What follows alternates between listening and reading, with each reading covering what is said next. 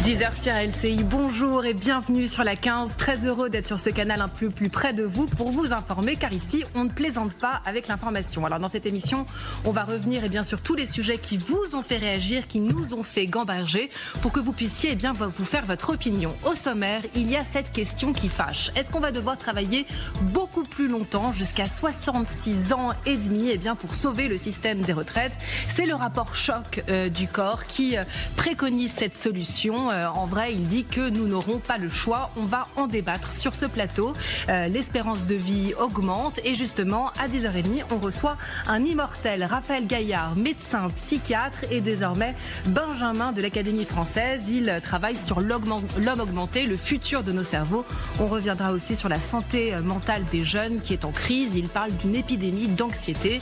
Et puis à 11h30, on va se pencher sur cette crise d'autorité que traverserait la France après ces violences, ces images qui vous ont choqué et la faiblesse de ces premières condamnations avec Éric Delbecq, spécialiste en sécurité intérieure, qui nous rejoindra à 11h30 sur ce plateau. Et comme tous les week-ends, je suis entourée des meilleurs experts, à savoir Arlette Chabot, évidemment, bonjour. On peut dire la reine de la politique. J'étendais une métaphore comme ça sur tous les grands chefs. Le Queen. La Queen, évidemment, Grégory Phillips, le cador de l'international, voilà, comme ça. Vous en êtes une autre. Et Maxime Yeddo, le chef des francs-tireurs, on peut dire. Alors, d'habitude, vous avez plutôt le sens du déclin, mais je vous vois très souriant sur la 15. Oui, ça arrive, voilà, c'est exactement ça. Nouveau canal, une nouvelle perspective, donc on essaie de se mettre de bonne humeur. Voilà, c'est formidable.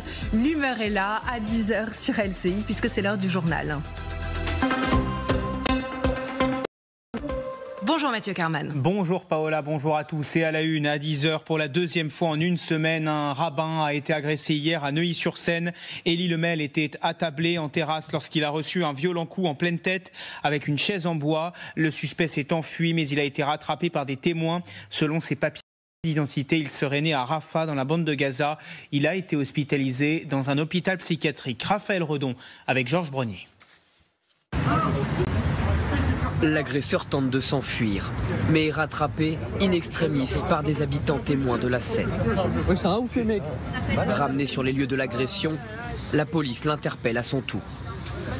Quelques minutes plus tôt, ce Palestinien de 28 ans, originaire d'Allemagne, jette une chaise au visage du rabbin de Neuilly-sur-Seine, alors assis à cette terrasse d'un café.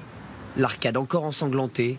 Il nous raconte. La personne m'a mis un énorme coup sur la tête, il est parti en courant et je félicite les personnes et bravo parce qu'il y a encore des gens courageux, il faut le souligner.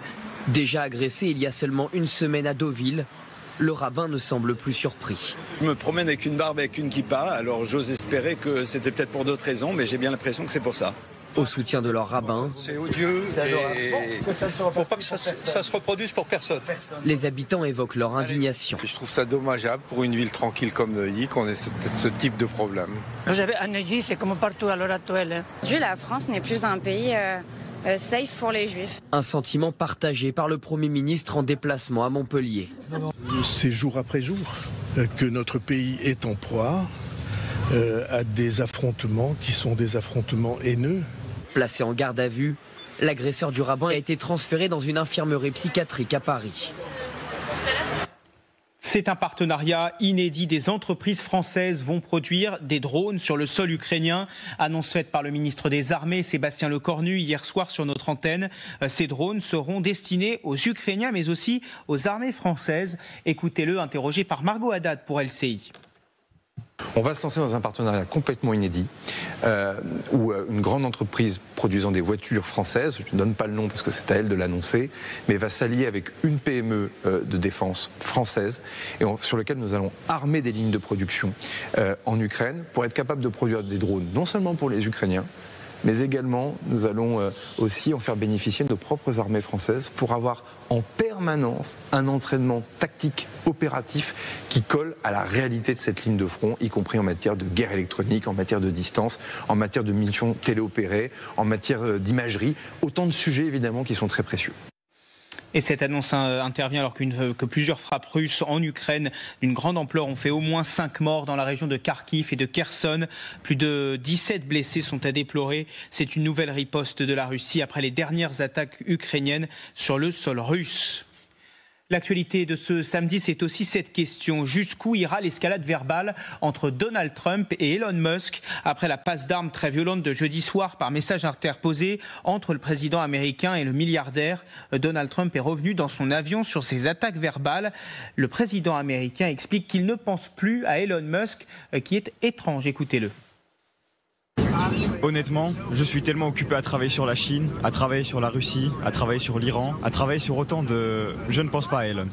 J'espère qu'il réussira avec Tesla. Avez-vous l'intention de parler avec Monsieur Musk? C'était l'un de vos plus proches conseillers. Non, je n'en ai pas l'intention.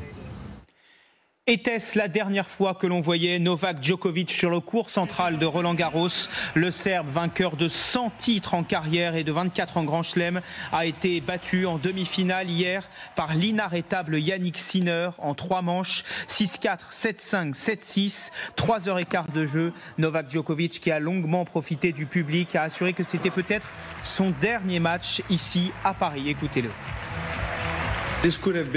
C'était peut-être le dernier match que j'ai joué ici. Je ne sais pas. C'est pourquoi j'étais un peu plus émotif, surtout à la fin. Mais si c'était le match d'adieu de Roland-Garros pour moi dans ma carrière, c'en était un merveilleux en termes d'ambiance et de ce que j'ai reçu de la foule. Sachez que le numéro 1 mondial Yannick Sinner retrouvera donc dimanche en finale de Roland-Garros l'Espagnol Carlos Alcaraz et que la finale dames, ce sera tout à l'heure à 15h. Aryna Sabalenka, la numéro 1 mondiale, affrontera Coco Gauff, l'américaine numéro 2 mondiale. Et on termine ce journal en prenant la direction des jardins du château de Versailles qui à présent ouvre au public aujourd'hui.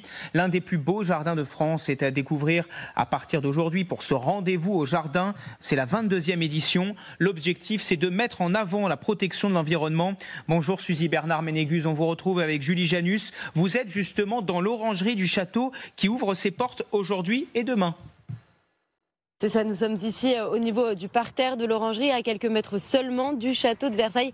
Et c'est ici bien qu'il va y avoir des animations aujourd'hui et demain. Sont prévues des projections de films à l'intérieur du bâtiment de l'orangerie, mais également de la musique qui va être jouée par les musiciens du conservatoire régional de Versailles. Et puis des médiateurs seront présents ici pour répondre aux questions des visiteurs concernant l'histoire du lieu notamment. C'est vraiment exceptionnel puisque d'habitude l'orangerie est fermée au public. Là, elle est ouverte pour la 22e édition des Rendez-vous du Jardin. Ça se passe de 9h à 17h30 aujourd'hui et demain et l'accès est complètement gratuit. 10h07 sur LCI, Canal 15. C'est l'heure de vous retrouver, Paola Puerari, pour On ne plaisante pas avec l'info, votre nouvelle émission. Merci Mathieu Kerman. Et à la une de l'actualité, eh bien, il y a aussi cette question qui fâche et qui promet de diviser la société. Alors vous, derrière votre téléviseur, jusqu'à quel âge eh bien, vous auriez envie de travailler? Est-ce que 64 ans, c'est déjà trop tard? Est-ce que vous vous imaginez travailler jusqu'à 65, 66, 66 ans et demi?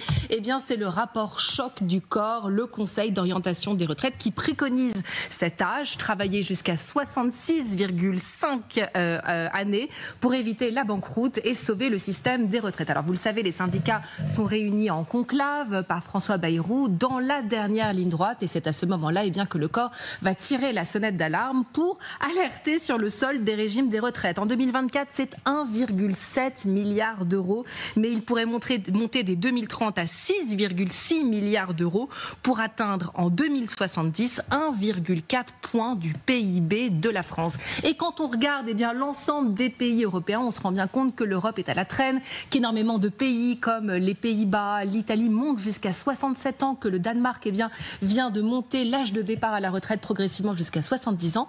Et regardez, tout en bas, juste avant la Grèce, il y a la France. Arlette Chabot, est-ce que notre pays n'est pas complètement à côté de la plaque quand on voit eh bien, le moteur européen qui progressivement monte l'âge de départ à la retraite?